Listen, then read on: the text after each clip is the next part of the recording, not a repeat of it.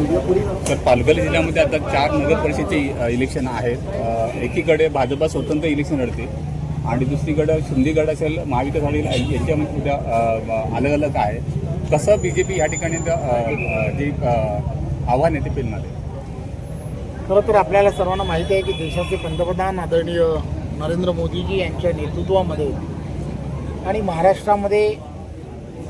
महाराष्ट्राचे लोकप्रिय असे मुख्यमंत्री आदरणीय देवेंद्रजी यांच्या नेतृत्वामध्ये महायुतीचं सरकार आणि केंद्रामध्ये NDAचं सरकार आहे. दोन्ही ठिकाणी असणारी सरकारं ही भारतीय जनता पार्टीशी संलग्न आहेत. भारतीय जनता पार्टी नेहमीच असा विचार करते की स्थानिक स्वराज्य संस्थांमधला सुद्धा कारभार जसा केंद्रामध्ये पारदर्शकपणे आहे, राज्यामध्ये देवेंद्रजींच्या नेतृत्वामध्ये पारदर्शकतेप्रमाणे चालतो, त्याचप्रमाणे स्थानिक स्वराज्य संस्थांमधला सुद्धा कारभार हा पारदर्शकपणे होणं हे अपेक्षित आहे. त्यामुळे स्थानिक स्वराज्य संस्थेमध्ये पारदर्शक विचाराचं असणारं बॉडी असणं, सरकार असणं हे अत्यंत गरजेचं आहे. आणि म्हणून भारतीय जनता पार्टी ही कार्यकर्त्यांची असणारी पार्टी आहे.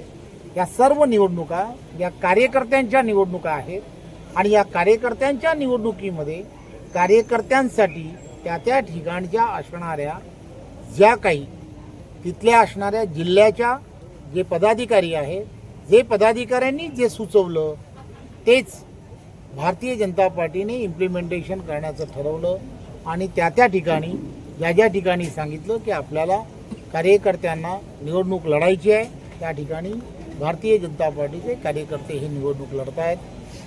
आपल्याला मला सांगायला आनंद यासाठी होतो की कल्याण किंवा ह्या संपूर्ण जो परिसर आहे पालघर जिल्ह्यामध्ये अतिशय मैत्रीपूर्ण अशा या सर्व ठिकाणी निवडणुका होत आहेत. सुरुवात कुठून झाली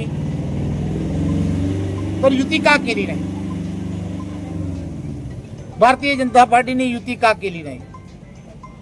वारंवार सांगितलं गेलं आहे, नेतृत्वाने सांगितलं की त्या ठिकाणच्या असणाऱ्या जिल्ह्याच्या असणारी बॉडी जी आहे त्या बॉडीने ते ठरवलायचं आहे की त्या ठिकाणी युती करावी की न करावी. तुम्ही आताही इथल्या असणाऱ्या कोणाला विचारलं तर त्या संदर्भातले निर्णय काही प्रदेश करत नाहीत. त्या ठिकाणची असणारी सर्व बॉडी जी आहे त्या संदर्भातला निर्णय करतं. आता इथलाही निर्णय जो आहे आमचे ज्येष्ठ नेते इथले पवार जे आहेत त्या पवारांनी केला, मला सांगितलं आम्हाला संधी दिली त्याबद्दल आपले आभार. आता हे सगळे निर्णय त्या ठिकाणच्या असणाऱ्या लोकल बॉडी या संदर्भातले निर्णय घेतात. सुरुवात कुठून झाली तर युती का केली नाही आणि नंतर मग हळूहळू या सगळ्या गोष्टींना सुरुवात झाली. कार्यकर्त्यांच्या निवडणुका आहेत, ह्या नेत्यांच्या निवडणुका नाही आहेत, ह्या कार्यकर्त्यांच्या निवडणुका आहेत. आरामात जो कोणी जिंकेल महायुतीचाच जिंकणार आहे. तर तेवढं फ्रेंडली या सगळ्या गोष्टी कराव्यात की जेणेकरून संपूर्ण वातावरण जे आहे महाराष्ट्रातलं काही दूषित होणार नाही. आता एक सल्ला आहे, या अगोदर पण मी राजकीय सल्ले त्यांना दिलेत, पाहिलेत माझे सल्ले, पाहतील, खात्री आहे. धन्यवाद. नक्की सर, वाडा भिवंडी रोडवर आतापर्यंत मृत्यू खूप झालेले, त्यांना न्याय कधी मिळेल?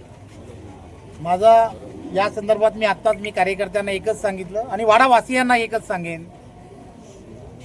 की या सगळ्या गोष्टी लक्षात ठेवा. मतदान ज्या वेळेला करणार असाल त्यावेळेला या कामांना विलंब करणारा, या कामांमध्ये पूर्णच्या पूर्ण भ्रष्टाचार करणारे अशा सगळ्या लोकांना तुम्ही मतदान करणार आहात का याचा कुठेतरी विचार करायला हवा. आणि मतदान अतिशय पारदर्शकपणे काम करणाऱ्या रीमाताई त्या गेल्या अनेक वर्ष या नगरपालिकेमध्ये नगरसेविका आहेत. त्यांना जर केलं तर ते मतदान आदरणीय नरेंद्र मोदीजींना असेल, ते मतदान आदरणीय देवेंद्रजींना असणार आहे. त्यामुळे भारतीय जनता पार्टीला सर्व 17चे 17 उमेदवार हे कमळ चिन्हावरती उभे आहेत. त्यांना सर्वांना वाडावासियांनी कृपा करून यावेळेचं मतदान हे त्या एका विषयासाठी जरी केलं तर मी खात्रीने सांगतो की हा रस्ता जो आहे मी सार्वजनिक बांधकाम विभागाचा मंत्री असताना मंजूर केलाय, ते आता चांगलं झालं पाहिजे असं जर तुम्हाला वाटत असेल, कुणाच्या चुकीच्या माणसांच्या हातात न जाणं, वर्षानुवर्ष तो टिकला पाहिजे असं तुम्हाला वाटत असेल तर मतदान भाजपला करा. धन्यवाद. भारतीय जनता पार्टीचा